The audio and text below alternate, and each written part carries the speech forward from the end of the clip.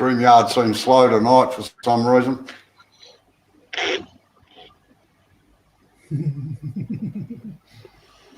Okay.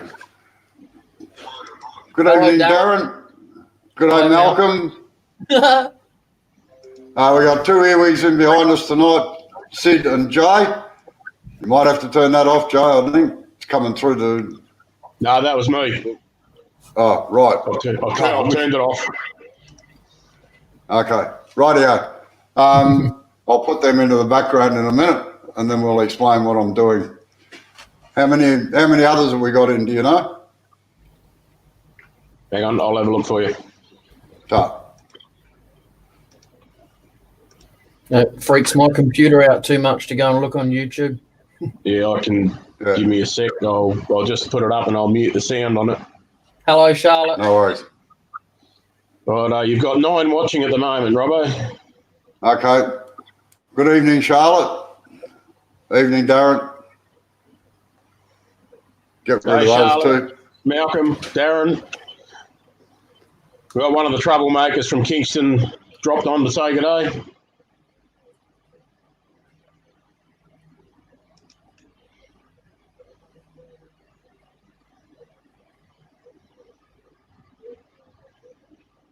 Your mic's not working there, Robbo. I thought it was me.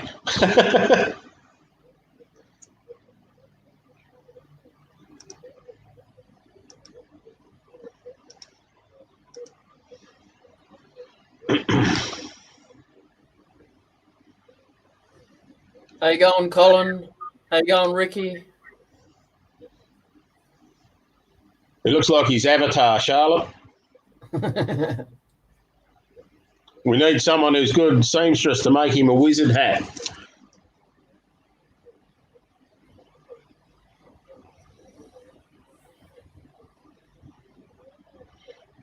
Maybe just go back to another camera, Robbo.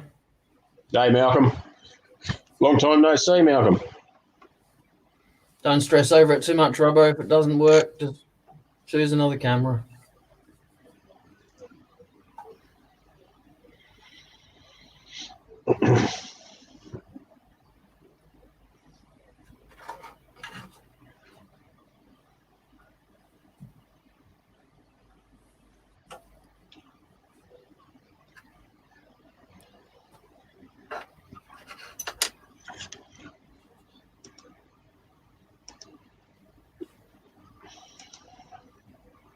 Yeah, I can hear his mouse.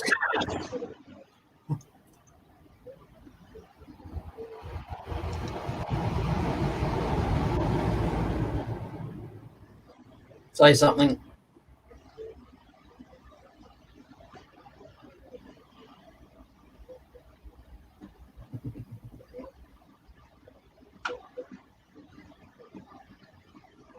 That sounds fair, Colin. Nope. Can you hear me now? Yeah, yes. Yeah, now we got you. Yay. I don't know. It's doing some strange things tonight. All right. So as I was saying, ladies and gentlemen, g'day, Colin. You were late tonight. You weren't first in. G'day, Rick. Right. That part there is not round.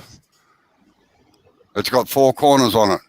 So that's what makes it difficult. Now, to give you a little bit of history on this, one of the clubs wanted something that would demonstrate basically all the aspects of turning, like real turning, which is spindle turning, and a little bit of bowl turning, and some end grain.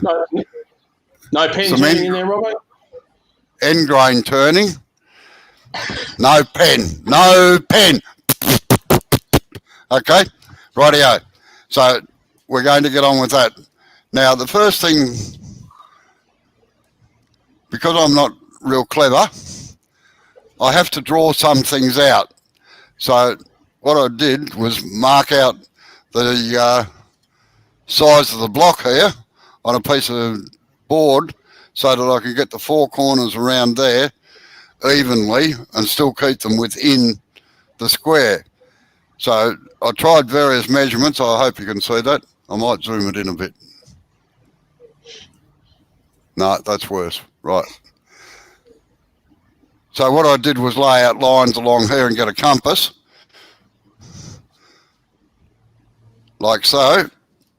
One of my old good drawing compasses. Until I got the size out here that I wanted, where it stayed within the square, but still left a line down along there. So that was how I laid it out first, this bit here. Now, accuracy is everything with this, because if you don't get it accurate, well, it could hold pens, Darren. Yes, it could. I don't mind. I don't mind making pen holders. I just refuse to make pens. That's all. So anyway, accuracy is everything in laying these out. And to do that, we use marking gauges. First thing we do, now make sure if you decide to do this, that the scribe line goes right across, and do all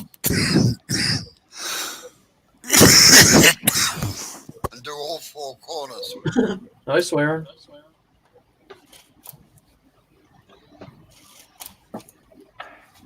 Both ends, naturally. This bring back bad memories, does it, Charlotte?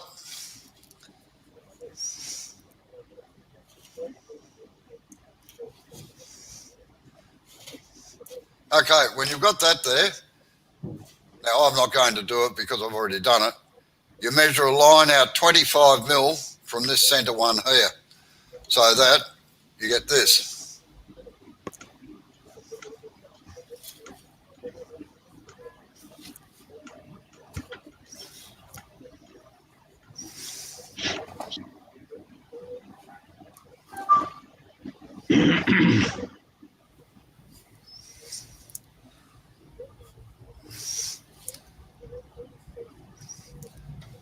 Then, with your compass set on the thing there,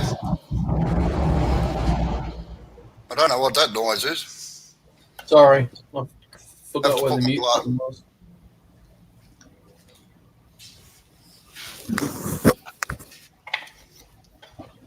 Now, you don't have to do this, but it helps when you're actually turning it to get it right. So you set the compass so that it sits on the outside edge here.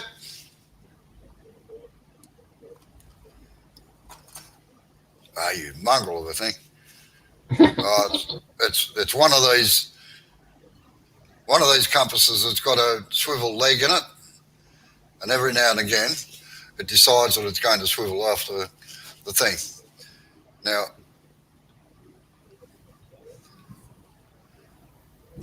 by putting these lines in here, it makes it much easier to see how you're going when you start turning it. And also the little compass point gives you a mark,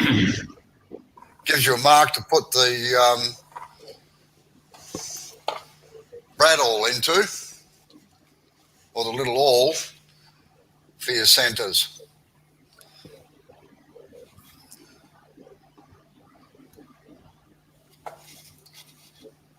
Now this next step isn't necessary, but I find it helpful sometimes, particularly if you're working on more than 4 centres, is that you number them. 1, 2, 3, and 4. Turn it over, do the same thing on the other side.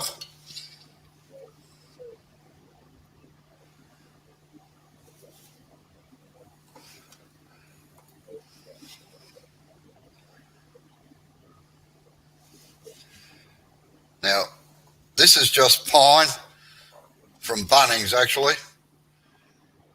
And to make up these, make one of these, if you buy enough stuff for 10, they work out at about $2 a material for the whole thing. So it's a good club project if you ever want to do it.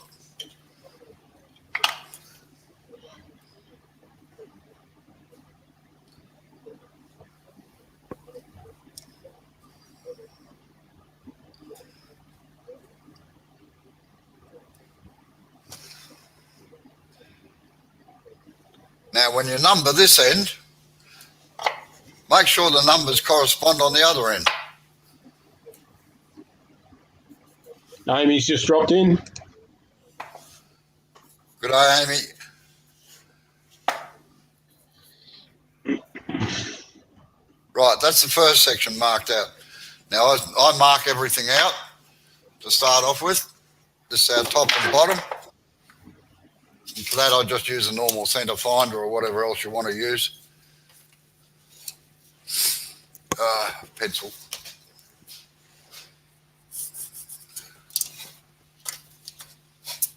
These are cut exactly square, or they should be. It's just 90 by 45 pine.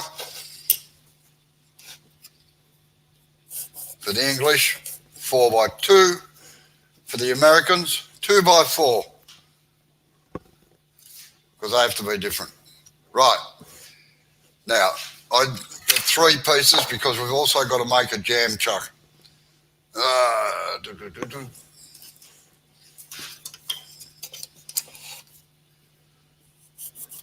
Get rid of those 2 out of the way. Hello, Amy. Hello, Amy. Long time no see. Now, mark both sides of these because they're also turned between centres to start off with. Look out, Neil's joined. Oh, dissect Hello, side. Neil. The stirrer. Hi, Neil. You tried your new lathe yet, Neil? Got sawdust on it? And again, mark a centre mark in them.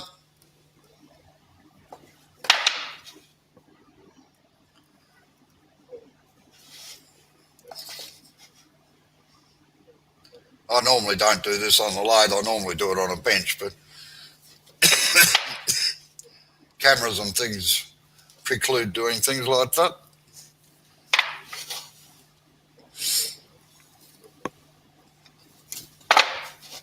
Now, another little trick before you put them in there is to mark your spigot on them. In this case, I'm using a Vic Mark chuck, so the spigot size is 60 millimetres. So I want half of that. Sorry. What is the spigot size? 40 millimetres. So 20 millimetres.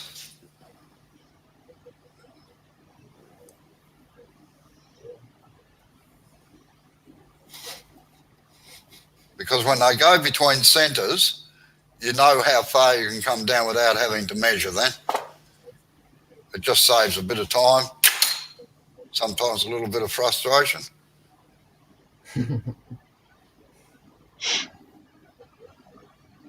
Unfortunately, everything I do has got to save time.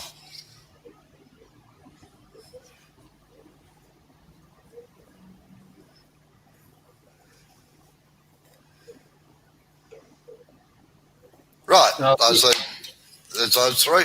Sorry, Joe. I was just going to say, if Neil's not going to use that lathe, I'll have it. Ah, yeah. This centre finder is actually a Technitool one. One of the Nova ones. It's pretty handy sometimes. It's got various holes up and down there that's actually marked in American drill sizes and metric down that side, imperial sizes.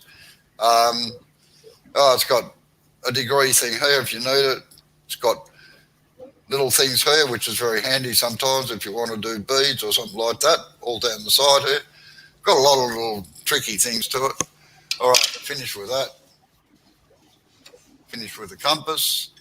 Put them out of the way. Finish with that. Take my bench top off.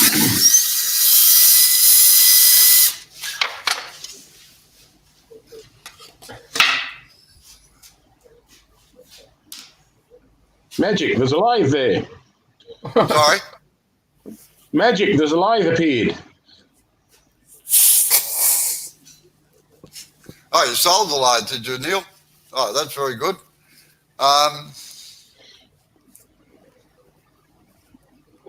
Who's getting the queue? What for, Charlotte? To try Neil's lathe? Because I said I'll have it.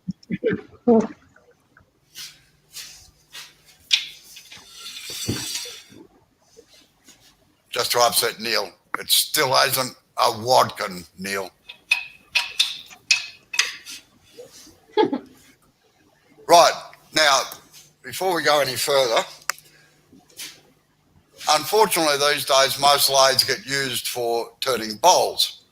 And what happens is dust gets up in the quills up in here. I'll just move the camera out a bit now. Dust gets up inside here, and if you put a centre in it, it makes it run out of line. It's important that these run in line. Now, the worst thing you can do is put sandpaper on a stick and get up in there, particularly 80 grit, because it can alter the whole shape of the Morse taper. The easiest thing to do, old army trick, poke a bit of wire through it, put a cloth soaked in thinners with it, through it, and pull it back and get rid of the dust and crap out of it. Yeah, all right, it does have VFD, but I just changed gears in mine. So, all right, now, make sure they're clean. Another thing that works really well is a 10-gauge shotgun brush. For those that have got 10-gauge shotguns these days. And make sure your Morse tapers are clean on them as well.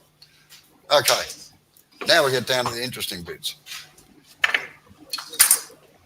The other criteria for this was only 3 tools to be used. I can actually get away with just 2. Real tools, 1/2-inch spindle gouge, a parting tool, and a skew chisel.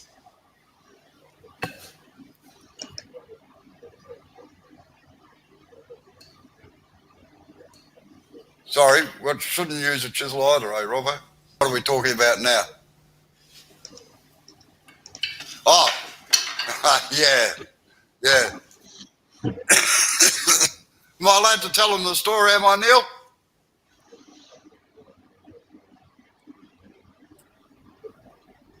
I'd say Neil mentioned it, Robbo, so you've probably got open slather there. Sorry? Neil mentioned it to start with, so you probably got open slather there. Yeah, no, he's referring to something else, cleaning out these centres. Am I allowed to mention it, don't I, Neil?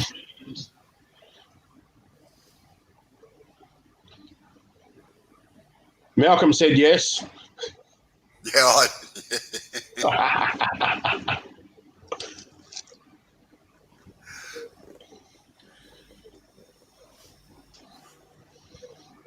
go for it, Neil said right? go for it. Yeah. Many years ago, at the Gold Coast Club, I was demonstrating up there or running hands-on workshops for beginners and immediate and advanced. And the job they had to do was what was called a trembler, which is a long thin. But I was kind to them. It only had to be 200 mil long. Now, I thought I'd show them something new and get them to turn a Morse taper on the end of the...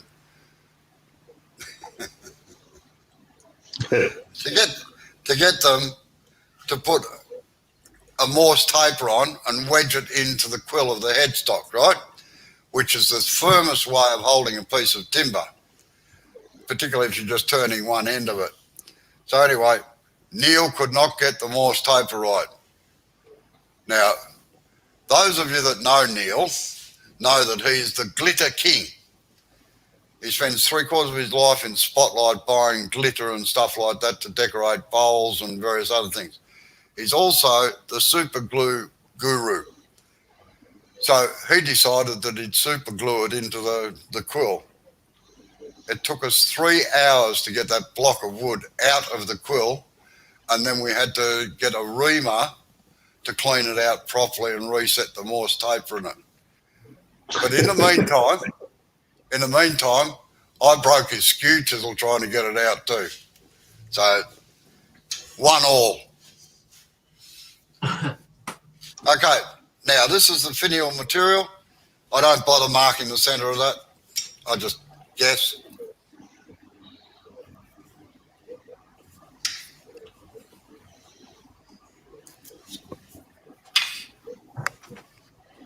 Remember what I said the other day about having the tool rest in the right place? I like it about a finger width away from things, so as I've got room to move the chisel in and out, and also low enough that when I put the chisel on my hip, Jay, when I put the chisel on my hip, that the tool contacts, been pretty good joint. It did stick well. There's another story I'll tell later about Neil as well. Involves a set of calipers. Can you see that, Robbo? Yeah. Fortunately, not on the big screen, so nobody else can. Whoa. I can imagine. Make sure the tool comes in on the centre line, okay? Rightio, let's get turning. Oh, that's not very straight, Robbo. I just gave him a raspberry, that's all. By the way, for those at home, our lathes very rarely stop doing spindle work, so don't try it if you're not comfortable with it.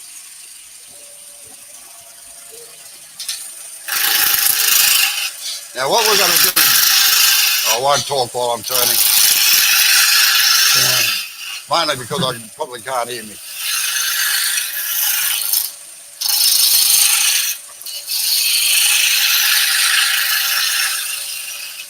Right. So I've got a question from Charlotte, Robbo. Sorry? You got a question from Charlotte? It hasn't come up on my screen yet. What order are you turning the parts in? Sorry? What order are you turning the parts in? Oh, right. Yeah, well, this is the part to make the finial. I'm just about to explain that. Now, in order to hold the finial, what we're going to do is go down through there, and it's held on the slides behind, not on just the little jaw parts. But the jaws protrude out from the slides in the chuck. So we've got to put a little ring in there to make sure that the jaws go over the top and it's actually held on the slide parts itself. So we come back here a bit, take this off.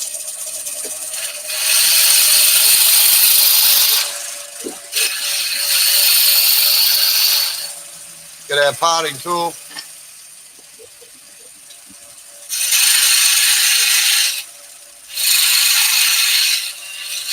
This is a 1/8 inch parting tool, and 2 of them equals 1/4 inch. And that's the width of the jaws. So it fits in through there like that and then locks down so that you can turn it. Now, I do everything that I have to do between centres first. So this is the next bit. And this is why I put the centre line to mark the centres on it, the spigot. All I got to do is find the hole in the middle now and I'll be right. Rightio. Don't let the ladies know.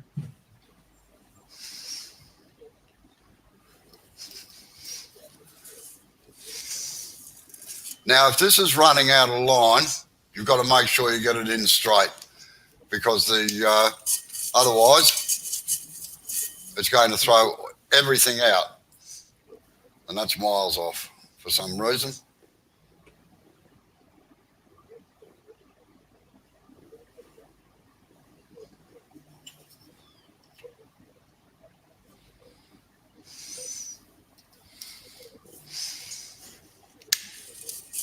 That looks better.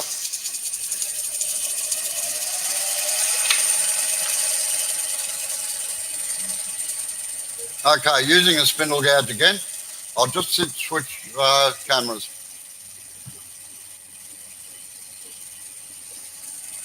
You may not be able to see it, but the centre line is just there for the spigot. So using our gouge, just take 1/4 of an inch off the outside here.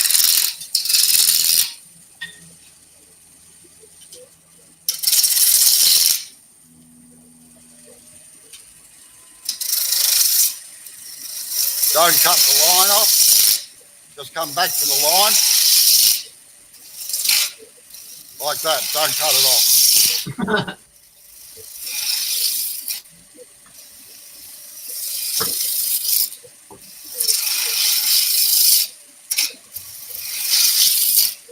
Right. Form our dovetail with the skew chisel, just by going straight. Change cameras again. Just by going straight down the side here.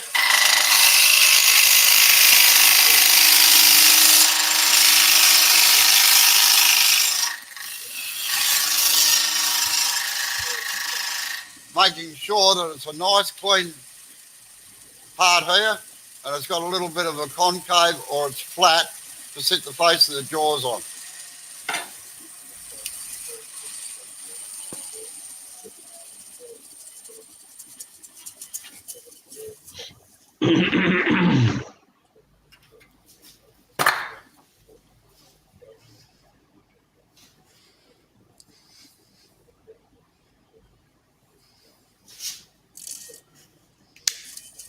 Jeez.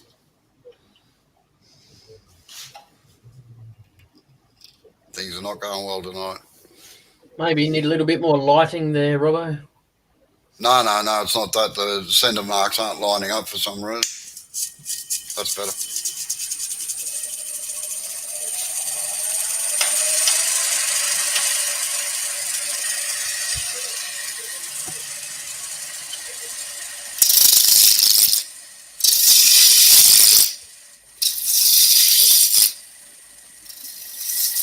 That's the way you're supposed to do it, like that. I bet as soon as I put on the other camera.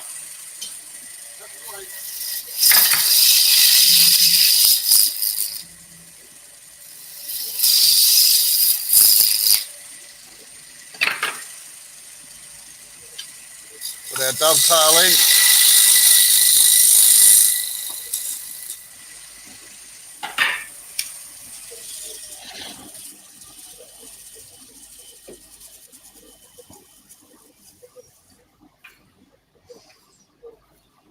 This actually is why I don't use variable speed lathes very often, because in fact this is only one of three that I've got, because they take too long to slow down.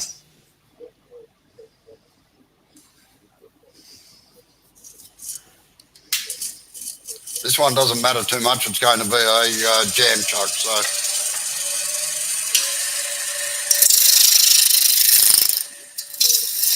So Michael Smith's in the room, Robbo.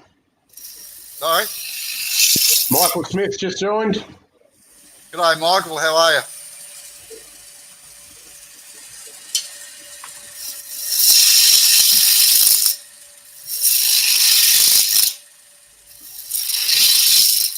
Is that Michael Smith from Tamworth?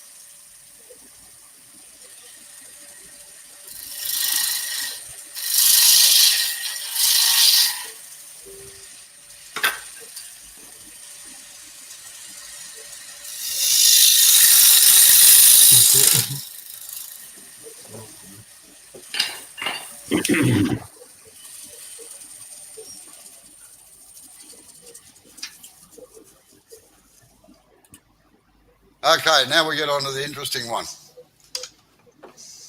Michael from Armidale, Robbo. Armidale, sorry. Yeah, I always get the two of them mixed up.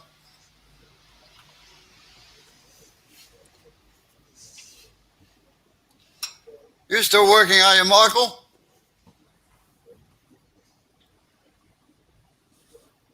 Or have they stopped sending parcels around the place?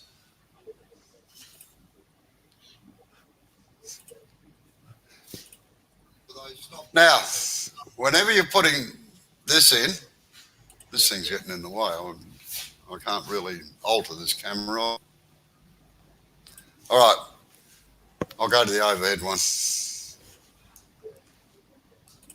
Whoops, missed it. Right. Now, because you're right very close to this edge here with the tailstock centre, it's important that you use a revolving cup centre. Because if you use the cone centre in there, there's hardly any timber there and it would just break it straight out. Plus cone centres tend to keep boring in and in and in and you're forever tightening tailstocks. So I don't use cone centres very often except if I've got a hole to do for it to fit into, or I'm doing the base of a bowl. Because what are you doing there, Joe? Rearranging the furniture or something? No, it's just a suburban train went past and they go past so quick I don't have a chance to hit the mute button. Yeah, right. Now, this is where you hasten very slowly because all you're doing is taking the top off this one.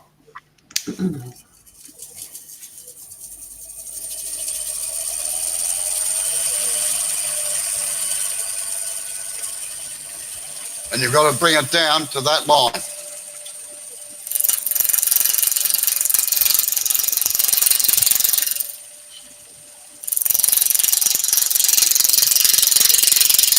See, Jay, I can take nice small cuts when I need to.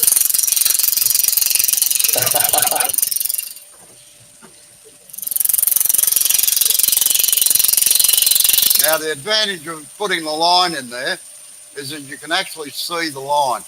I don't know if the camera will pick it up or not. It may not. Come on. Bravo.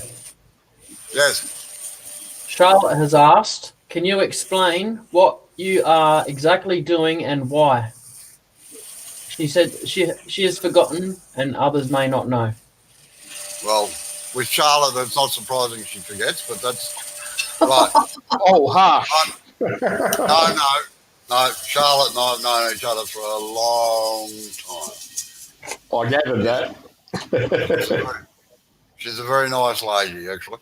Well, what I'm doing is, this is a four-cornered box. Where do I put it now? Who stole it? Yeah, I'm not giving it back now. Right, so it's got virtually, it is not round. It's got four corners like this. So what I'm doing now is I marked a line across here with a compass to get the radius that I wanted. And now I'm starting to turn this down gradually until it comes onto that line. And I'm not sure if the camera can pick it up, but those that were here earlier saw me get the compass and put this line in around here. So I'm working onto that. I marked both ends so that I can get it down evenly, the whole length of it. She just called you a prick. Gee, what, are you losing your touch there, Charlotte? Hello, Jappy. All right. Yeah, Jeffy. G'day, Jappy, how are you? Jappy, was that explanation sufficient for you, Charlotte? Got to wait a second. There's about a 20-second lag between me asking something and the answer comes up.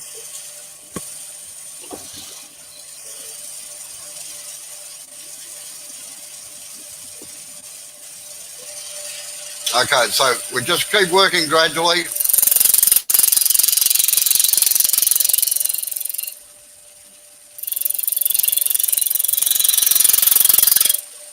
Starting to get very close to that line now. Check the other end. Now, another way to check whether you've got it right or not is whether it's got a little flat section along the top here. This is gone. It's nice and close. Now, when you move it to exactly the opposite hole. So we've done number one. here, we need to go to number 3 over here. Because what happens if you go to 2 or 4 is that you've only got a little bit to take off here, and it's quite easy to go past the thing because your hands are used to doing the other thing. So I put into number 3. Robbo, Yes, Charlotte has said, I'm going to be a bitch and say what numbers you joined up. number 1 on this end and number 1 on that end. That's what I said before. If you're listening, Charlotte, I said they have to line up. Otherwise, you can get 1 and 3 mixed up, or 2 and 4, and suddenly you've got something that's cockeyed sideways like that instead. All right? And Robbo, So can I ask one more thing, please? Sorry? Can I ask one more thing? Yeah, ask away. Is it too much of a hassle for you to point that camera down about another inch? Wait on. I'm looking. I covered the hole up with the number. Right. Just wait until I get this in, Joe. Yeah, no worries.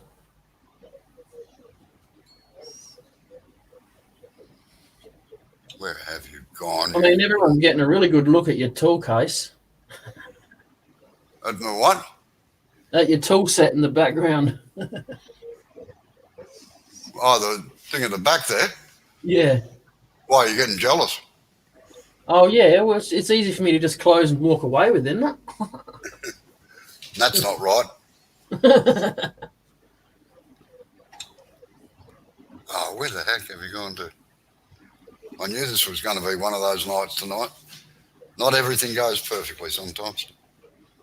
Right.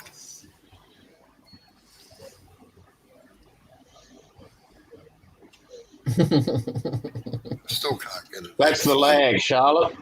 Yeah. Yeah, Sid, I like that answer. But I asked my question ages before you said the opposites. Oh, all right. Rightio. So we got that one in. Now, which camera do you want dropped? This one? Yeah, just a little I bit. can't. Okay. I can't. All right. It's set on a post. Okay, that's cool. Rightio. All right, we can do this next bit now.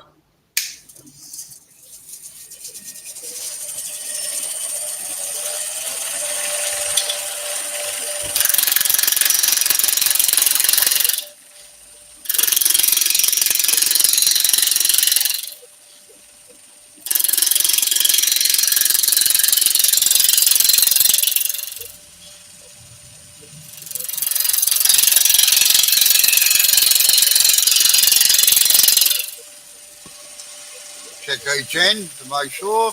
One more pass and we'll be done.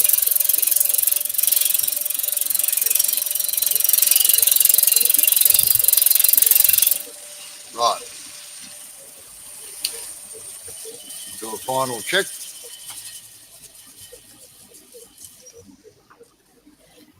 Oh, yes, looking beautiful. Okay. Now you'll see what I mean here when I switch this around to the number 2 spot. I just number every hole, but I make sure that they're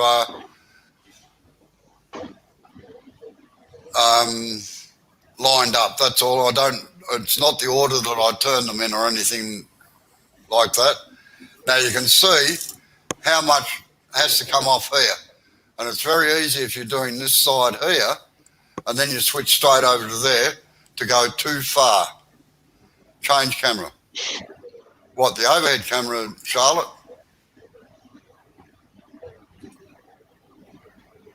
All you're going to see is just the top of it, that's all.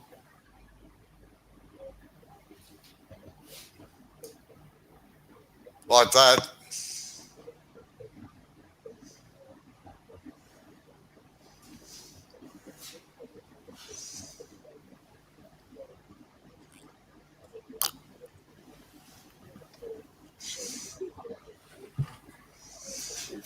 All right. I've got to keep moving. You can see why this has been done in 2 parts.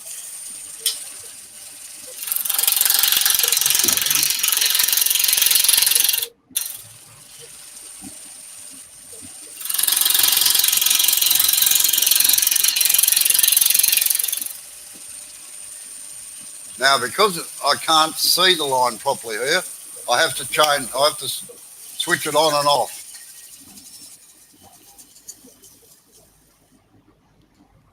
I think the other camera works better. That one. So I'm nearly down to the line here, and it didn't take much at all. Nearly down to the line on the other side here.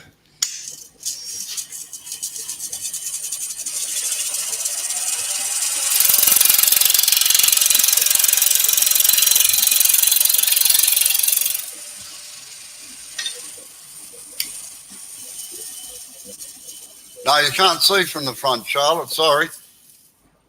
Because I'm standing here. And I don't wear a head cam.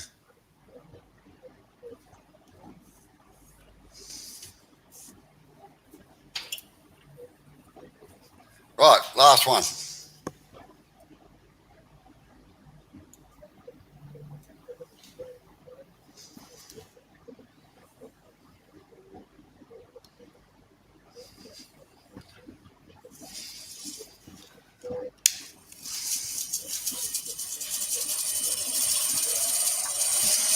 Robbo. Yeah, I know, I saw it. Okay. I knew this was going to come up. What revs am I doing? No bloody idea. I turn at the speed that I like, or that I think the timber likes to be turned at. So it's turning well, getting a good cut, not chipping out or anything. I have no digital readouts on any of my machines, so I really don't know. What I can tell you, it's somewhere between 750 and about 1100.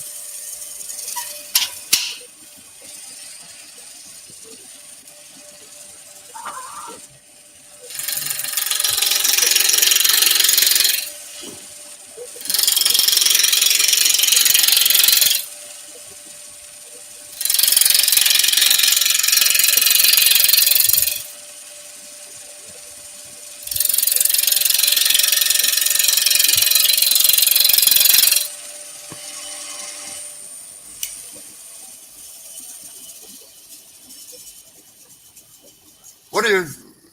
Okay, Charlotte. I'm not being rude or nasty or anything here. Whereabouts do you want to see?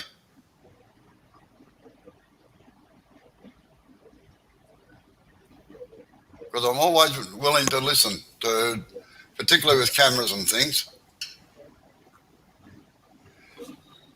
I'll wait for your answer. Right. See how this line here is? It's out of line. I'll go to the overhead and you can see it. See this line along here? It's not straight. So I've got to take a little more out of here, which is indicated by the line on the end. So they should end up nice and parallel down the whole thing.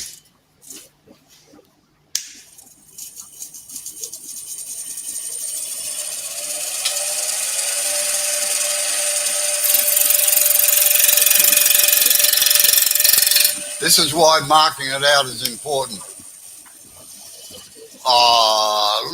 Live dangerously, Charlotte. You got no trouble going down there. You just can't go back. Oh, do you? Yeah. Right, just a little bit of a trim up again.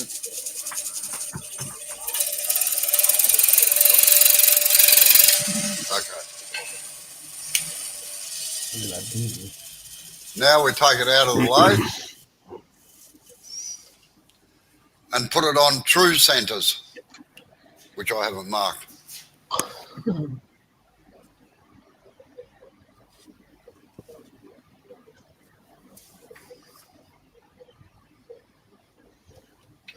I've already asked for that, Charlotte, and it's attached to a fixed pole. He can't move it. Not at the moment, anyway.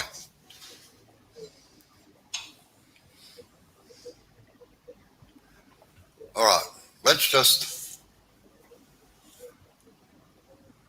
can't see the block, needs the angle of 10.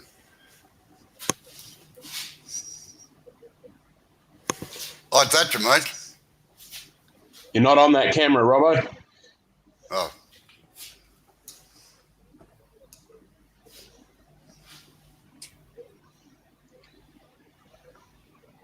Yeah, that could be a bit better, I reckon. I feel like I'm just talking to myself sometimes. I asked that earlier. right. No, sorry, you said, can you lower the camera? I can tilt it, I can't lower it. Sorry, terminology, right? Whatever.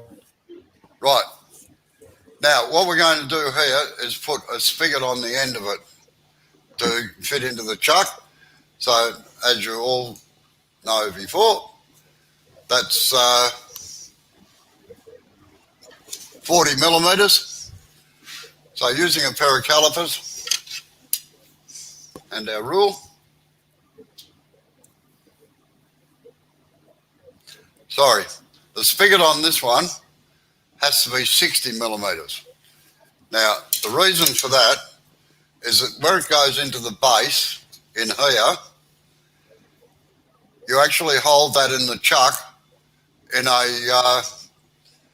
in expansion mode. So if I make it 40 millimeters on the here, I can't hold this. And this is, I won't tell you how long it took me to work everything out for doing this particular little job, but I'd made many piles of bits of pine around the place doing it. So, right. So this has to be 60 millimeters to allow the chuck jaws to go down into it. Because this gets stuck into that.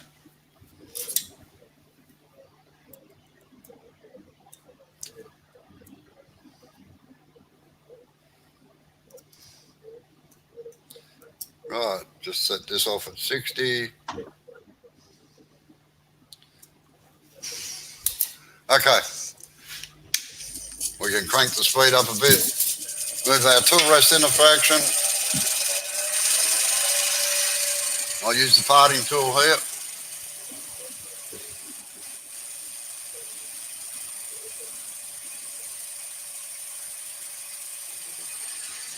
Yeah, I don't know whether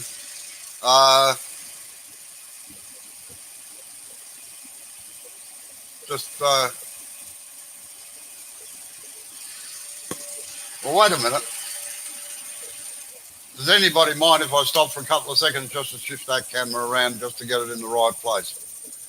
Because to me, they look right, but I'm not looking at it from outside.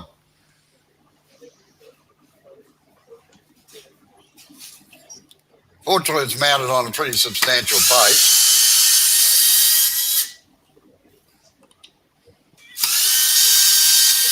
But like I said, it's screwed to the bench.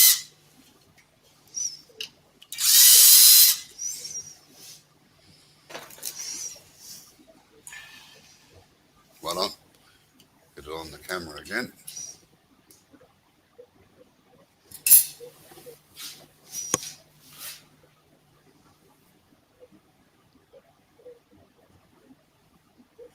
That better?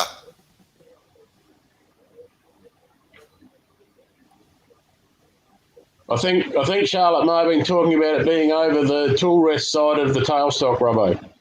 No, you can't do it. Be great if you could. But the problem Now move is it towards you, says Neil. Towards me. What? This way? Yeah, that might be better, and angle it down a little.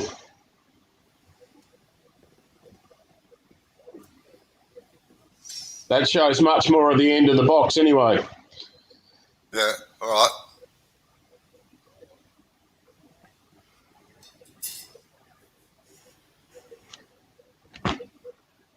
Come on, Charlie, we're trying to help you.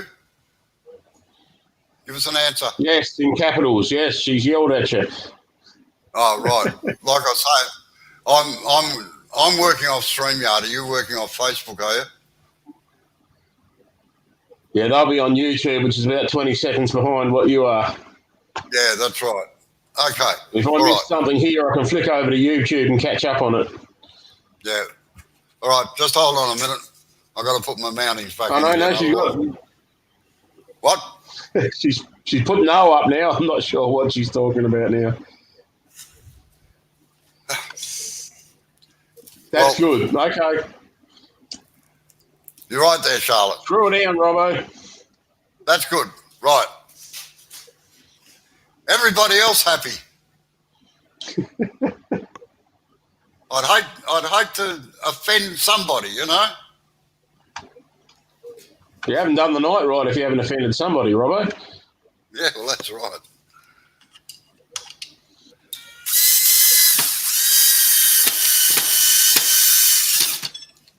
I tell you what, the screwdriver bits, the Phillips screwdriver bits you get these days are just absolutely terrible. That's my whinge for the night. I reckon we go through about 3 a week.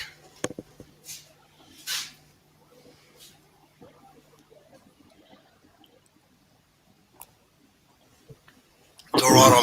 I'm having a slurp on my cup of tea. Okay.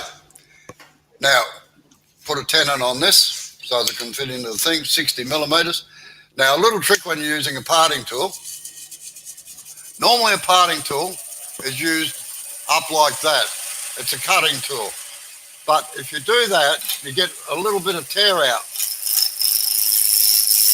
You'll get a little bit of fluff.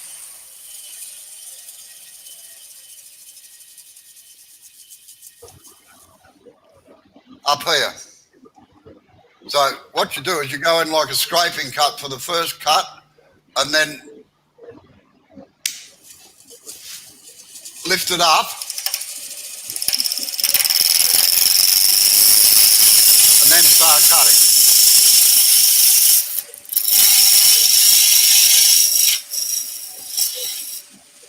Now, I referenced before about a certain participant here that they had to part something off. So I'm at the end of one end of the shed and he's down the other end there. And he's got the calipers like this over the top of the thing. Might have to zoom that back a bit, I think. No, that's as far as it goes. So he's got the calipers over the top like this, and they're not going in.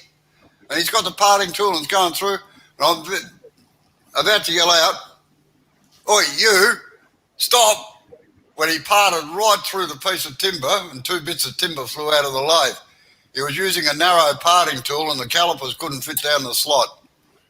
But I'm not saying who it is, Neil.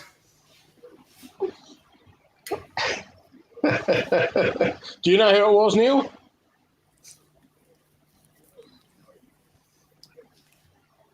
Now, it is important that this across here is dead at right angles to the rest of this, because if you undercut it, because it's sitting on 4 corners into a flat base, so it's sitting into a flat base here and sitting on 4 corners here. If you undercut that, there's going to be a big gap in underneath there. If you overcut it, in other words, come down in a curve like that underneath it, the corners are going to be off. So you've got to get this part here, exactly straight, so that it's got nowhere to go except sit right down around the whole area of the thing. Okay. So far, so good. That's it. Rightio. Oh, put a tenon on that, Robert.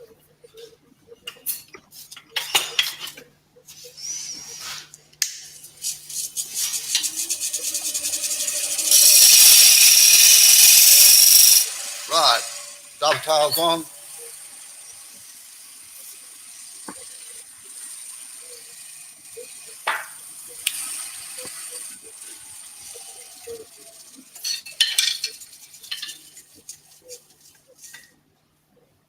Okay, the next bit we're going to do is hollow out that bit bit that we've just done, because everything else is done to get there.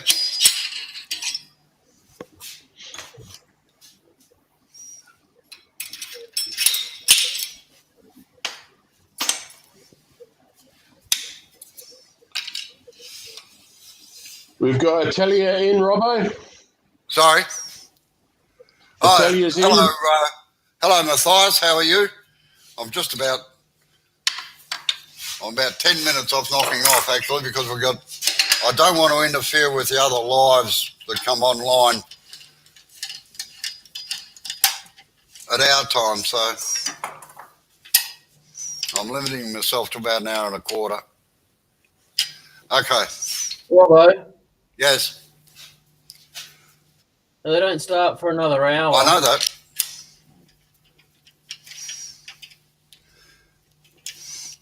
Now, I would normally not fit a chuck with that much gap in there, but as I said, this has to expand out into the base to fit.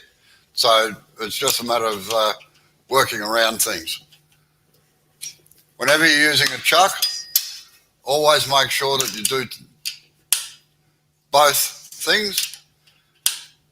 And a little secret is that this little key here should never leave your hand. So I get really cheesed when I see that. As I said to somebody the other day, I've seen a bloke killed because of one of these. And it wasn't the bloke that left it in the bloody chuck key, in the chuck either. So as I say, it never leaves my hand.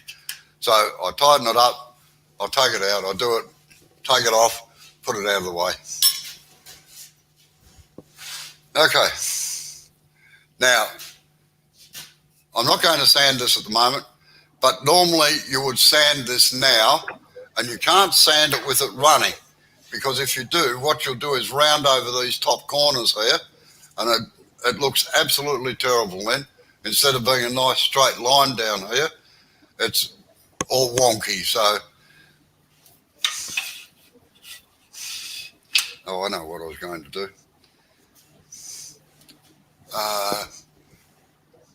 I'll take this out just for a minute. I wanted to show you something else.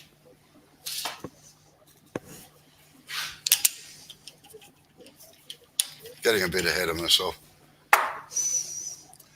Right, now this is just a mock-up that I've done so that I can show you how you hollow, all right? Because a lot of people don't really know how to use a gouge to hollow things out. So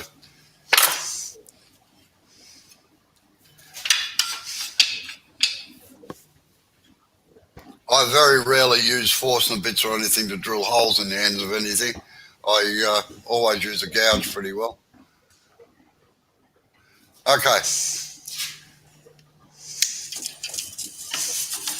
You got to watch us Victorians, we'll pinch anything. Look, they've taken a bite out of this.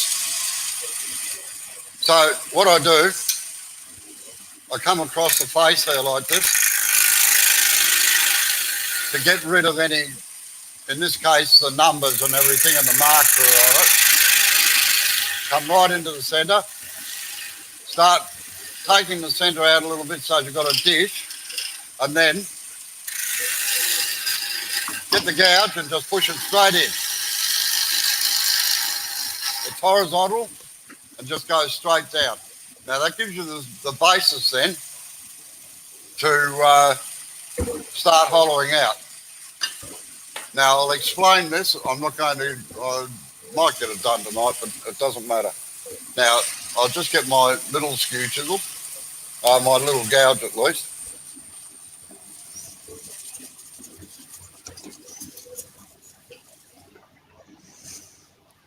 Right, now there's where you normally cut on a gouge. It's just off the centre there, that's its sweet spot.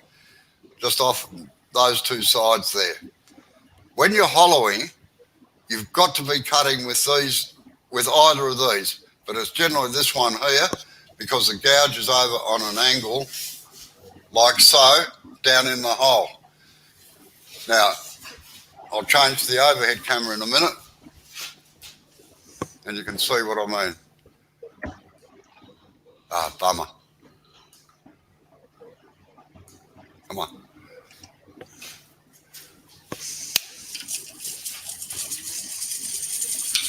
And the tool is held dead horizontal, so you've got to lift your tool rest up a little bit.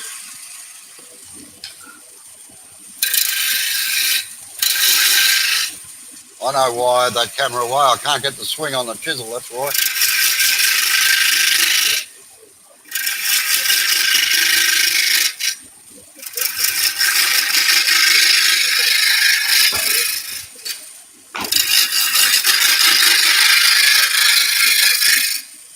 Okay, now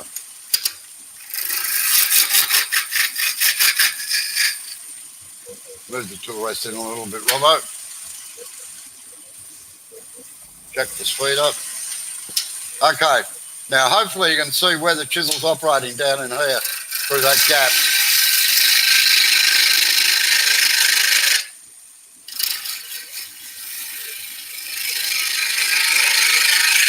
Is that coming up, Sid? Yeah, Robbo, you can see it coming through. Sorry? You can see Sorry? it, yes. Okay, right, now I'll show you what it looks like coming from this end.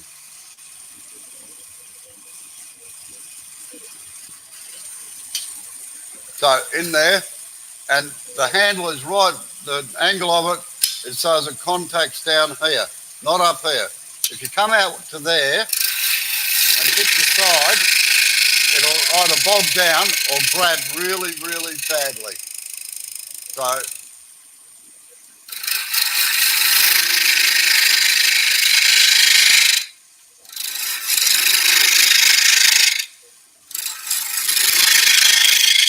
now you can get down a fair way. I can't get right round because the camera is actually in the way. Down here now. Damn you, Charlotte.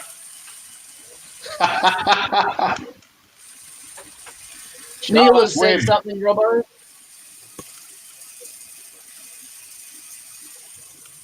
Neil says, put your lathe in reverse. Oh, that's right. Yours can't do that. Yeah. Oh, better still. Nah.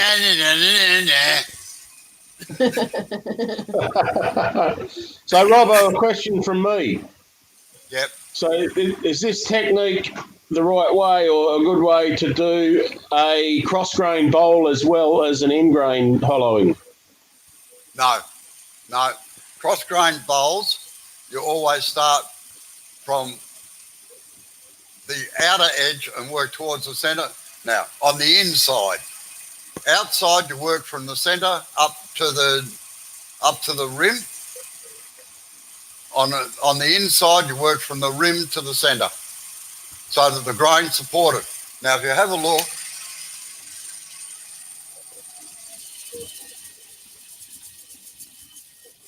this is still spindle turning with the grain running down this way, right? So if you turn from in here, down here, the grain is unsupported, so you're ripping it out. Coming out from the centre outside, the grain is supported under the cut. I'll just finish this off.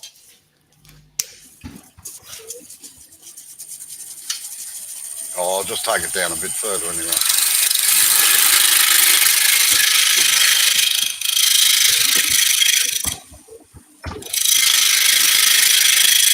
Now, Sid, just to answer you, if I come in this way, like this,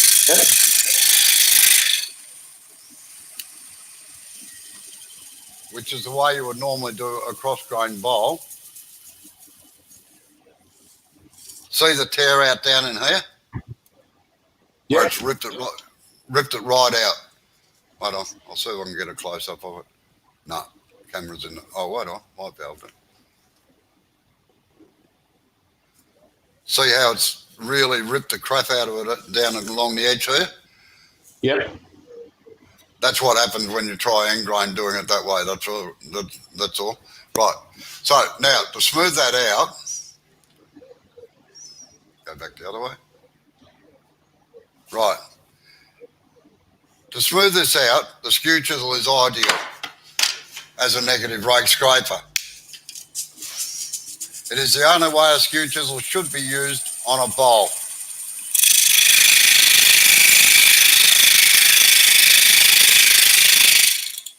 So you just take this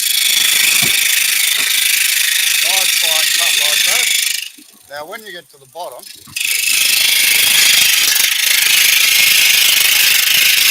everybody says, oh yeah, but you're going to end up with a thingo. What you do is turn it around to the side like so. I can't get it quite round because of the camera in the way. But you just swing it around and get that nice and flat on the base. Have you moved your microphone? Sorry? Have you moved your microphone? Because we could hear you, but it was just quiet. Oh, no, well, I'll just check the volume on it again.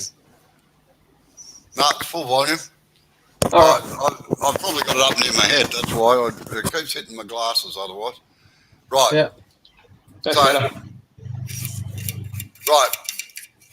Now you can see how smooth that is inside there, which would take very little sanding. Just by side grain or end grain loves being cut straight down. And the skew chisel as a negative rate scraper is perfect for that job. Okay, so that's how we're going to do the inside of that box.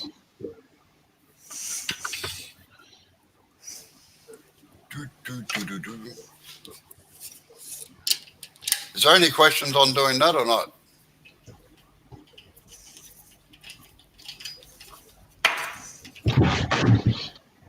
Can I have your bowl gouge? It's a spindle gouge. Yeah, can I have it?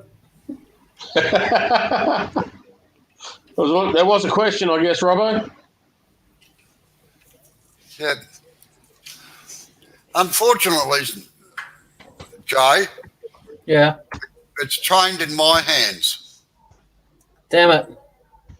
So, no, sorry, Rick, I didn't break it. What I did was cut half of it away like that so that people could see the gouge going down inside and how the angle of the gouge is to get the cut. I don't break things. Darren, the link for SK Crafts, I put in about 5 minutes ago. So if you scroll up the chat a bit, you should see it. Yeah, I watched the same thing last night, Neil. Now, on the first video, oh, geez, I'm going to get into trouble here again. I can see the... You will shush, Robbo. I can see that, oh, he's whinging again.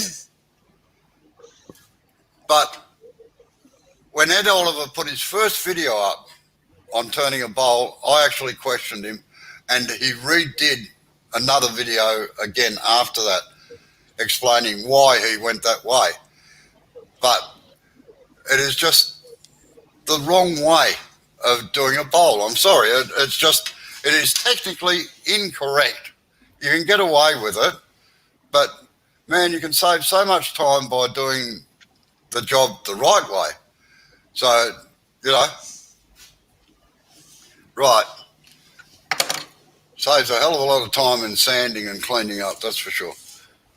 Okay, you English people who are listening or watching, you can have your bitch session again about me. I don't care.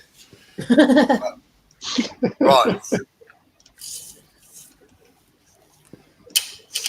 It is the observations of a bloke that's been doing it for 40 years as he's living, all right? Rightio. Now, I'm just going to basically get this drilled out. I'm not going to hollow it or anything else. I'll just, so as you can see what it looks like in real life.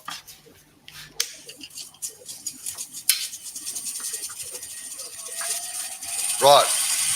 Now, to start a cut across, might switch the overhead one here.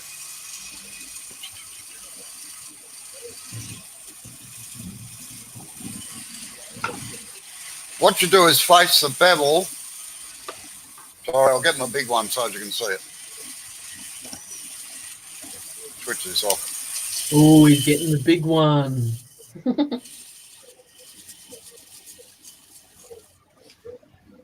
What you do is you face the bevel the way that you want the cut to go.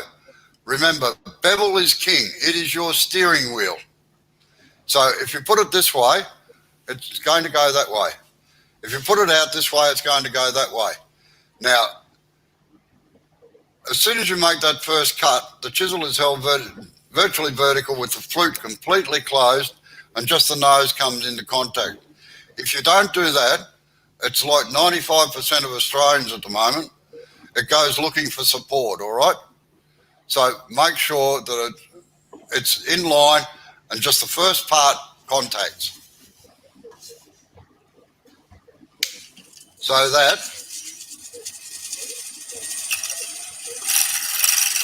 once you've got that first little nick in there, the bevel has support, then you can bring the flute around to 45 degrees and make the slicing cut straight down. Now, to answer your next question, Sid, when you start the cut, then you put it to 45. The grain is supported in a straight across cut because you're not taking the centre out of it, all right? Yep. Rightio. Predicting my questions now. That's good. Sorry? Predicting my questions now. That's good. Yeah, all right. So start dead on the tip. As soon as you're in, 45 degrees, and cut straight across. Now, hopefully that's removed all the marking outlines and everything. Oh, lovely, tell your mama. Okay.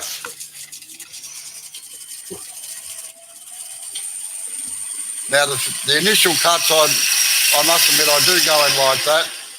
So I've got something to get the chisel into to drill the hole down.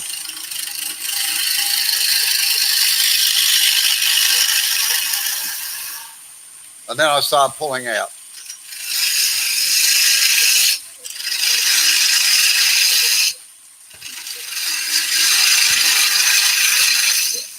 Now, that is the safe way of doing it. This is the Richard Rafford method.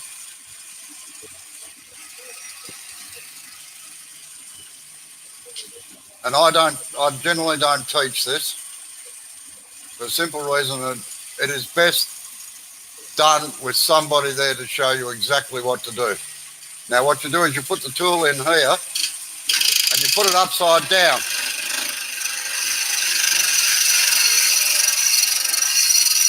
And come out like that. I'll change it onto the end camera so you can see it. So you're in there, just lift the tool rest up, just move it out a little bit. So you're in here, you flip the chisel on its back, and you come out at about 12:30, and you can cut down in there.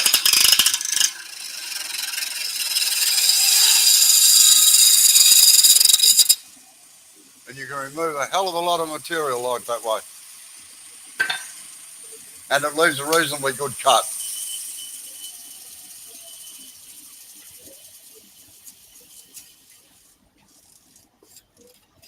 Now bear in mind this is pine, so it's fairly soft and it tears pretty easily.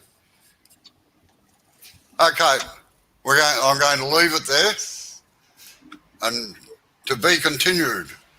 Will he get it finished? Will the timber beat him? Will the chisel break? Will he do this? Will he get stupid questions again? Will Neil use his All will be lathe? revealed next week. Thank you, everybody, for coming in. Thanks, Robert. How many have we actually got watching at the moment? 15 watching now. We've got 9 likes. Sorry? 15 watching. Oh, yeah. 1-5. Very good. All right. Well, thank you for watching, and I'll finish this off next week. This is this is the technical bit of it with marking it all out and everything else, and it took a little bit longer than I expected. So, all right. We'll catch some of you later and some of the lives later on tonight. Yeah, Eddie, have you got any questions before I nick off?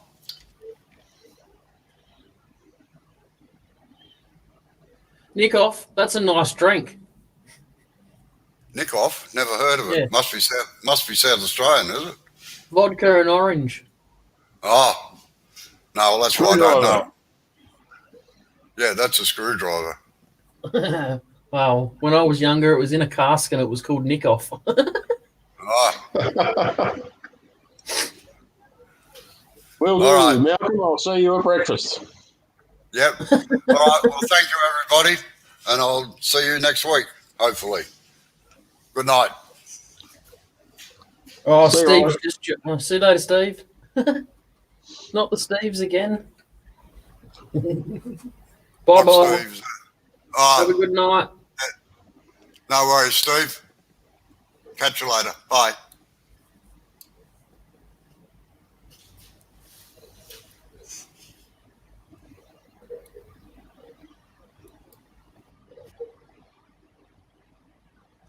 Oh, how you going, Sid? Good, mate.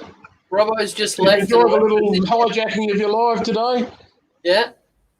Oh no, you got bad luck sitting behind you there. No, it's not black. It's a tawdy. Is it? Yeah. Put your hat back on, dude. You look weird. I get told that all the time too. No, I don't care. So we're just going to keep talking, are we, until Robbo turns it off? Well, we could, I suppose, but yeah. So, No, did you get to see much through the? Did you look much when I was walking around the shed there? Yeah, I did. Yeah, Yes. that was pretty small. That was only what was it, 7 turners. There was 28 turners there last year. I'll have to hitchhike a ride with Robbo next year, I think. So he come every last couple of years he's come up. He's come up and camped in the shed in the camper van. Yeah. Yeah. But no, it's a good weekend. So if you can work out how to get there for a weekend, it's well worth coming down. Look, I didn't do a lot of turn. I made me wand. I got me wand made. Here's a look. Hang on.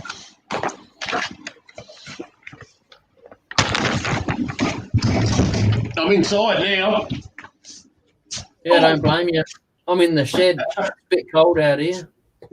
Yeah, I've got it on the kitchen table, so I made that wheat pop. I've got 3 bowls started.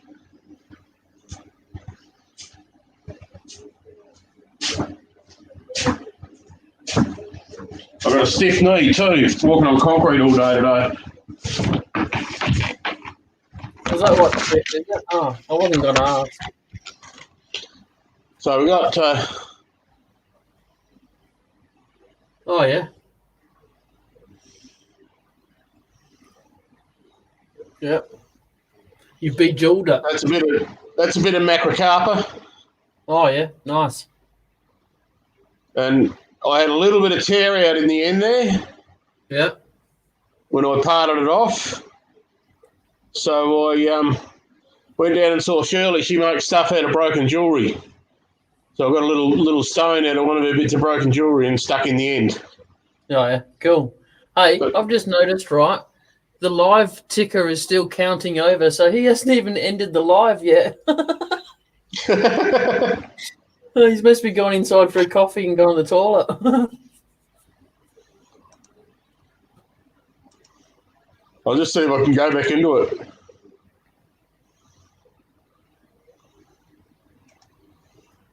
I'll send him a Yeah, message. he's still live. It's just you and me on here though. Yeah, I'll send him a message. I'll just see how many participants there. All right, mate. We'll catch you a bit later anyway. All right, no worries. Right. See ya. I'm going to quickly flick the camera down before you disappear. All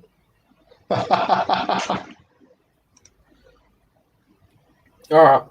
Have a good day, night, wherever you are around the world. If you're still in here listening to us gasbagging.